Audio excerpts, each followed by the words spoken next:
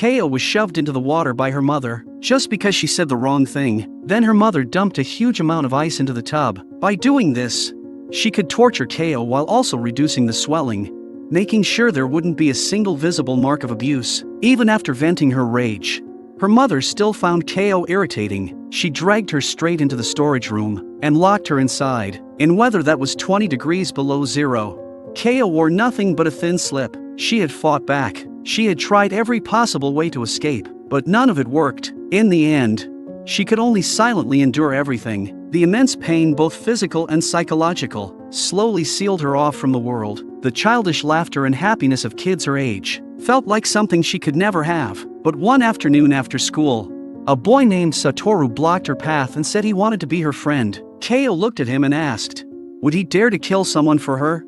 When she saw Sattoru frozen in place, she turned and walked away without hesitation. In her eyes, someone like her could never possibly have a friend. What Keo didn't know was that Sattoru wasn't an ordinary child. He was actually a 29-year-old man. On his 29th birthday, Sattoru had given up on his dream of becoming a manga artist. He tore all his drafts to pieces. To make a living, he became a delivery driver. During that time, he unexpectedly discovered a blue butterfly. Every time he saw it, an accident would occur nearby, and Sattoru would be sent back 5 minutes in time. Ever since discovering this strange ability, he had used it to save people from impending accidents. But one day, after saving a young boy, he got into a car accident himself. While unconscious, Sattoru had a long dream. In the dream, he returned to his childhood. He saw his old friends, and he saw a strange girl. She always wore red and sat alone in the park. Her expression was filled with sadness. Before Sattoru could see her face clearly, he woke up. After returning home, Sattoru asked his mother if she remembered a strange girl in elementary school who always wore red. To his surprise, his mother remembered her clearly. The girl's name was Keo. She had been murdered on March 1st during her 3rd grade year. Hearing that, Sattoru suddenly remembered everything. After Keo was killed, the police investigation pointed all the evidence to a man named Shiratori. But Sattoru knew that Shiratori was a gentle, kind older guy who used to play with him. He couldn't believe Shiratori was the murderer. The next day, while grocery shopping with his mom, Sattoru saw the blue butterfly again. Once more, he was sent 5 minutes back in time. He carefully scanned the surroundings for anything unusual, but found nothing. His mother helped him look as well. That was when she noticed a strange man holding a little girl's hand. As soon as the man realized someone was watching him, he immediately got into a car and drove away, leaving the girl behind. His mother wasn't sure whether the man had been trying to abduct the girl, but in the days that followed, she kept thinking about what had happened. The more she thought about it, the more she believed that the man had given up, only because he realized she had noticed him, and somehow, he seemed to recognize her. Suddenly, she realized the look in his eyes felt incredibly familiar. She knew she had seen him before, but no matter how hard she tried, she couldn't remember who he was. Soon after, she rushed to the library and found old newspapers from the time Keo was murdered. To her shock, during that same period, several other children had mysteriously disappeared. At that moment, she finally figured out who the man was. She hurried home, ready to tell Sattoru what she had discovered, but the moment she stepped inside, a man suddenly appeared and stabbed her to death. As she looked at his face, it was exactly who she had suspected. When Sattoru returned home, he brushed past that man in the hallway. He didn't think anything of it, but when he opened the door, he saw his mother lying there, lifeless, and at that exact moment, a neighbor happened to witness the scene. Sattoru, covered in blood, was immediately assumed to be the killer. Before he even had a chance to explain, the police had already arrived downstairs. In that instant, Sattoru realized none of this was a coincidence. It was a carefully constructed trap designed by the real murderer to frame him. Sattoru had no choice but to run, and at that very moment, the blue butterfly appeared once again. Time rewound again, but this time, he went back 18 years. Sattoru ran frantically toward his childhood home. His mother wasn't there, but he found his favorite childhood superhero mask, surrounded by the familiar atmosphere.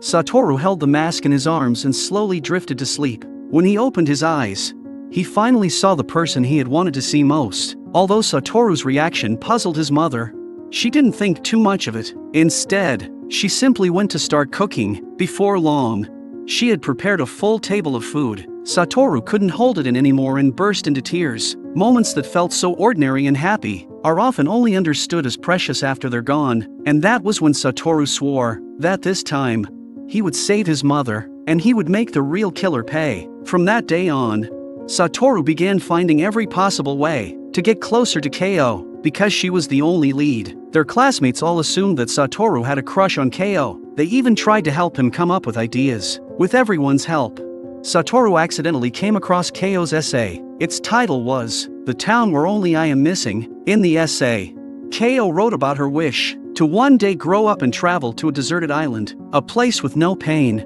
no sadness, no adults, no children, no classmates, no mother. She was all by herself, doing whatever she wanted, and far away, on the other side of the world, there would be a town. Children would go to school as usual, adults would go to work as usual, mothers would live their lives as usual. The only difference would be that Ko no longer existed in that town. After reading her essay, Sattoru became even more determined to save her. From that day forward, he made sure to approach Ko after school every single day. He knew that she never went straight home after class. Instead, she would hide in the nearby park to pass the time, praying that by the time she returned home, her mother would be in a better mood, so she might avoid another beating. When Sattoru arrived at the park, Ko was there, standing alone in the snow. Her red coat stood out vividly against the white. Sattoru walked up to her and slowly pulled something from his backpack. It was a birthday party invitation. He told Ko that his birthday was on March 2nd, and that he hoped she would come. He truly wanted to be her friend. In that instant,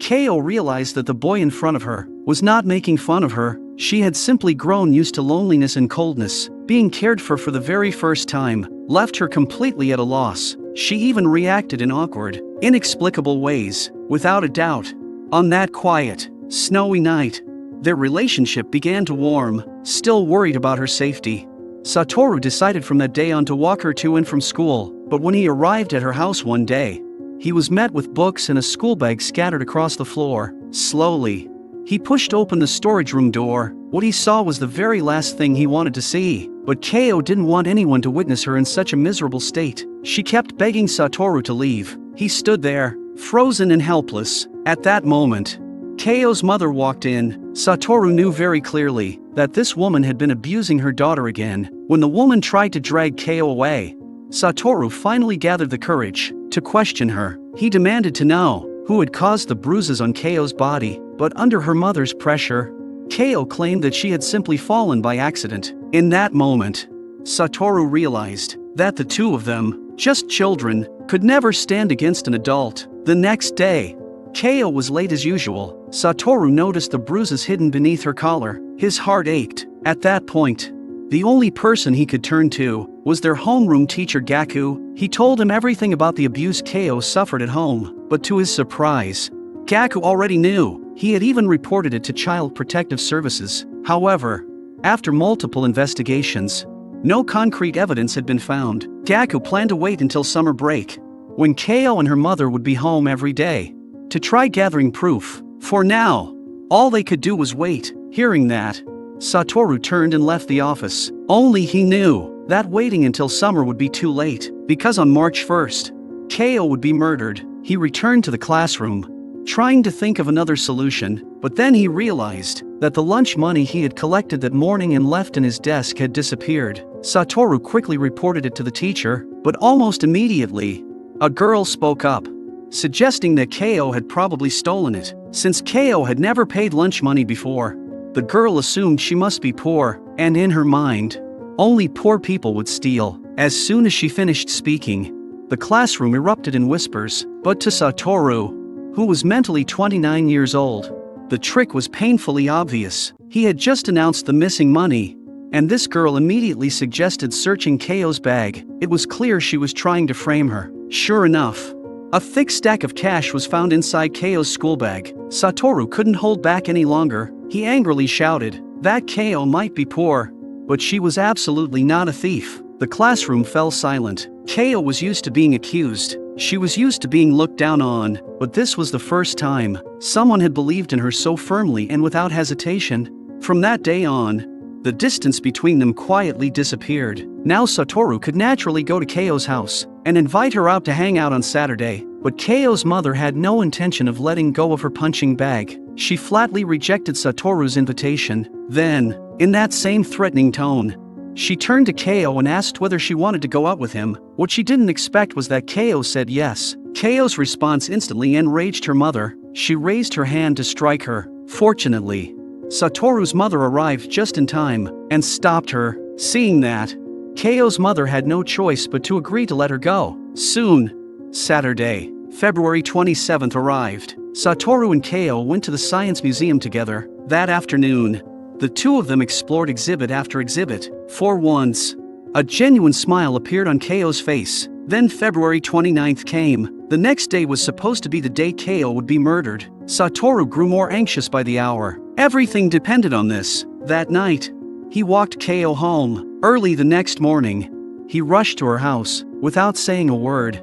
He grabbed her hand and took her to school. The entire day, Sattoru kept his eyes on Keio. After school, he held her hand again and took her to the youth center to hang out. Only when the sky began to darken did they start heading back to her house. On the way, they passed the park, where Keio used to stand alone, lost in thought. That lonely girl was no longer there. Now, she had someone by her side who wanted to save her. Snow began to fall. The flakes drifted down, equally upon everyone. At that moment, all Sattoru wished for was that once the snow stopped, everything would remain normal. When it was time to part ways, Sattoru deliberately shouted goodbye as loudly as he could. He wanted Keio's mother to hear him, and he wanted whoever might be lurking in the shadows to hear him too. But even then, he couldn't feel at ease. After returning home, he stared at the clock. 10 more minutes, and the day would be over. He wasn't sure whether he had truly changed Keio's fate. In the end, he couldn't sit still. He grabbed an alarm clock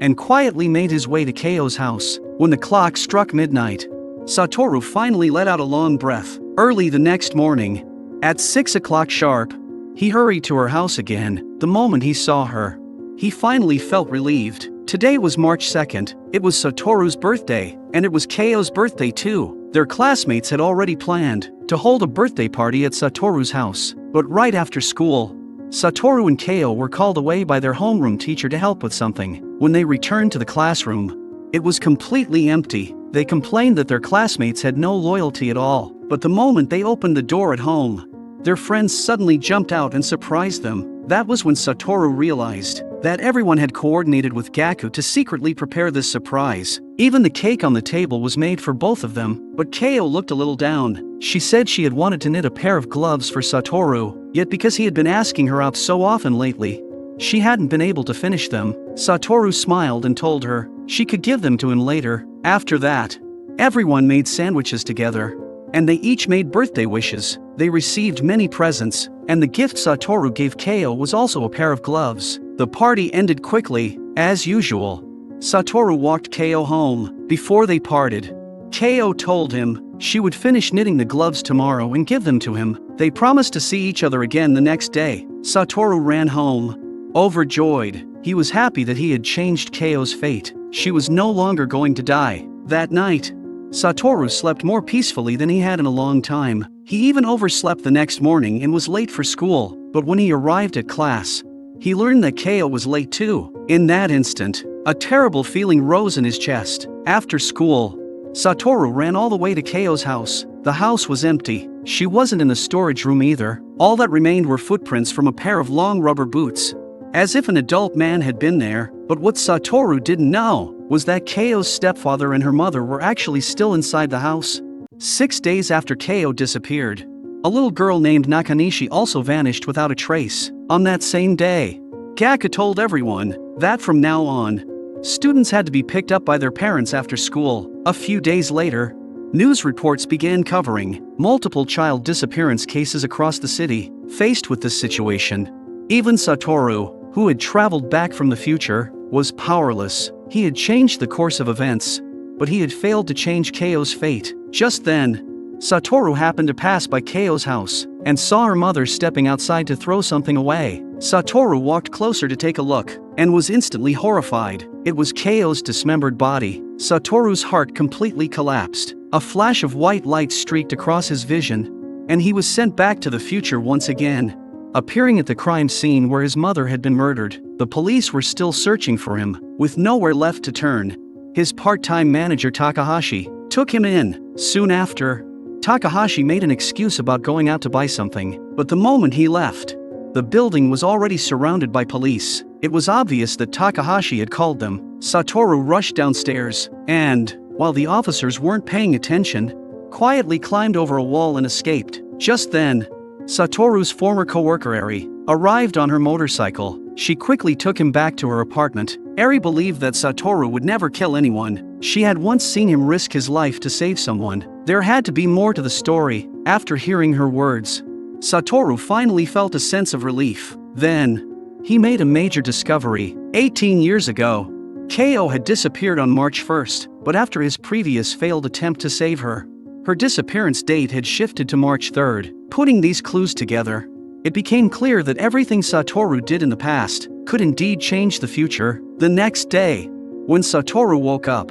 Arie had already gone to work. If he wanted to find the real killer who murdered his mother, he had to search for clues himself. So he immediately went to the library to look through archives of the old child abduction cases, but he found nothing useful. With no other choice, he left. Meanwhile, Arie finished her shift, but when she packed up 2 pizzas from the shop, it aroused Takahashi's suspicion. Takahashi immediately began following her. Sure enough, he saw Sattoru standing below Arie's apartment building. Just as Takahashi was about to call the police, Arie suddenly appeared, snapped his phone in half, and knocked him to the ground with a punch. Since Takahashi had discovered Sattoru's whereabouts, Arie's apartment was no longer safe. Sattoru had no choice but to temporarily hide beneath an overpass, while Arie was preparing supplies for him.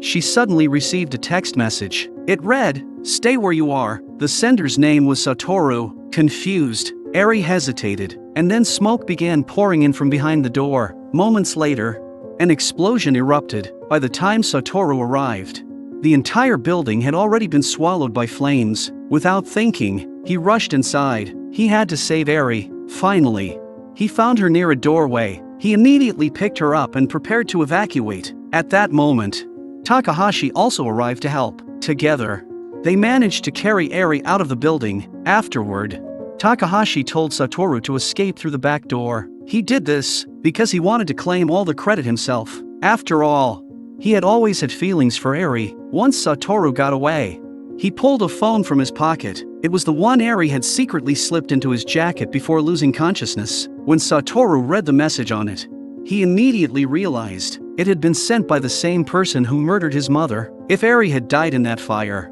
Sattoru would have another life on his conscience. The next day, Sattoru dialed a number. The person on the other end was Sawada, a journalist colleague of his mother's. His mother had contacted him before she was killed, so Sattoru believed Sawada must know something. The two met soon after. Sattoru wasn't worried that Sawada would report him. His mother Sachiko had once said that Sawada was someone she trusted. Then Sawada revealed an important clue. Before her death, Sachiko had already uncovered the true culprit behind the child abduction cases from 18 years ago. She had told Sawada about her discovery and arranged to meet him, but before they could meet, Sachiko was murdered. Meanwhile, Arie regained consciousness in the hospital. She overheard 2 police officers talking. Sattoru had been framed as the arsonist, although she firmly believed that Sattoru would never commit murder.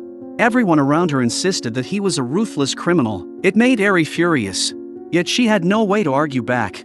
She tried to secretly leave the hospital, only to realize she was being closely monitored by the police. But at her lowest moment, her mother chose to believe her. They switched clothes. Her mother stayed behind in the hospital bed, pretending to be Arie, and Arie successfully escaped. Yet her every move was being watched from the shadows. Using a public phone, Arie arranged to meet Sattoru beneath the bridge. Sattoru didn't want to drag her into danger again, but before he could finish speaking, Arie hung up on him. Not long after, the two of them met under the overpass. Sattoru had always been confused about how the killer found Arie's apartment. Then he learned from Arie that ever since Sattoru became a wanted fugitive, a man named Nishizono had frequently been coming into the shop. His behavior was strange. He would always meet privately with the manager Takahashi. That meant Nishizono could easily have obtained Arie's address. This left Sattoru deeply puzzled. He had never heard of anyone named Nishizono, but just then, the police suddenly surrounded them.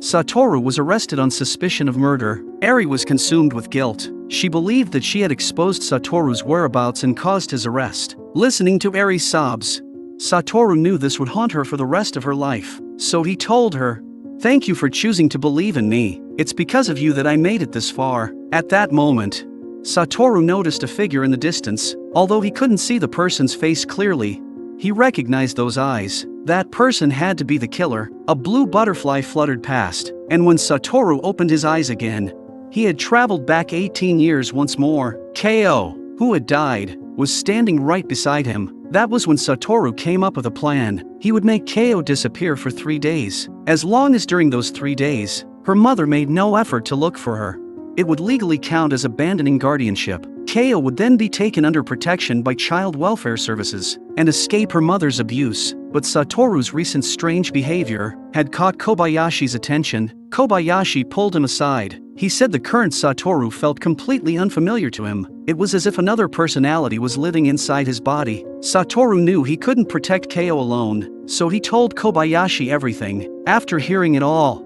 Kobayashi didn't hesitate for a second. He immediately decided to help protect Ko. Based on Sattoru's previous attempt, he knew Ko would be killed on March 3rd, so they had to prepare before that date. Soon, March 2nd arrived. It was Sattoru and Ko's birthday, and it was also the day Ko was supposed to disappear, so Sattoru stayed by her side all day. He even held a birthday party at home. They successfully prevented her disappearance, but they couldn't let their guard down. Halfway through the party, Sattoru quietly slipped away. The last time Ko was killed, Shiratori had been framed as the scapegoat, so Sattoru secretly went to Shiratori's house and threw a rock through his bedroom window. That way, Shiratori would call the police, and he wouldn't end up wrongfully accused of murder. Next, Sattoru went to find Ko's mother, Akemi, who was just getting off work. He intended to kill her. In that moment, he had lost all rationality. He was ready to sacrifice himself, if it meant saving Ko. But just as he was about to act, Kobayashi arrived and stopped him. Thankfully, Kobayashi intervened in time and prevented his extreme plan. Kobayashi told him this was the most foolish solution. Even if he saved Ko in such a drastic way, she would live the rest of her life, burdened by guilt. In the end, the two of them discussed and came up with a safer plan. Not long after, the party ended. Sattoru walked Ko home, but he led her directly to an abandoned bus instead. Kobayashi was already waiting there. They covered all the windows with cardboard and made simple arrangements. The abandoned bus became Ko's temporary home for the next few days. After settling her in, the two prepared to leave. They promised Ko they would protect her no matter what. Late that night, after Ko had fallen asleep, a shadow appeared outside the bus. Fortunately, the person did not break in. He only left behind a cardboard box and walked away. The next day, Ko told them about the stranger from the night before. They immediately checked the box. What they saw shocked Sattoru to the core. From his previous timeline,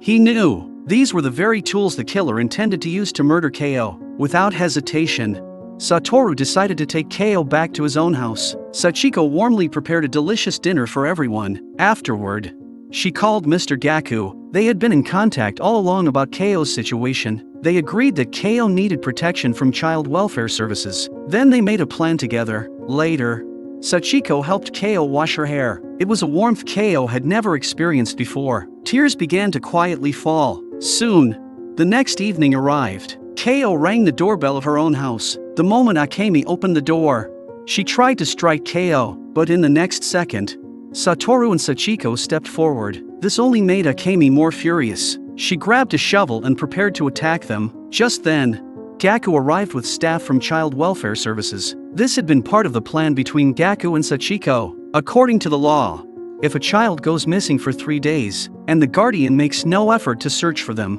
it is considered voluntary abandonment of guardianship. At that moment, Akemi's mother also arrived. The elderly woman knelt directly before Akemi and said that everything was her fault. She should never have forced Akemi to marry that man and endure domestic violence. She begged her to let Ko go. In the end, Akemi agreed to release her. From then on, Ko would live with her grandmother. Sattoru kept his promise. Keo was about to begin a brand new life, but it wasn't over yet. Sattoru still had to save another murdered girl, Nakanishi. From that day on, Sattoru began quietly following Nakanishi, but one day, he noticed that Nakanishi had been inside the restroom for more than 4 minutes and still hadn't come out. Just as he started to feel uneasy, Gaku suddenly appeared and told him that Nakanishi had already left. Sattoru immediately ran outside, only to see a suspicious vehicle speeding away from downstairs. He instantly realized that Nakanishi had likely been abducted. There was no time to hesitate. He asked Gaku to help him save her. The two of them jumped into a car and gave chase,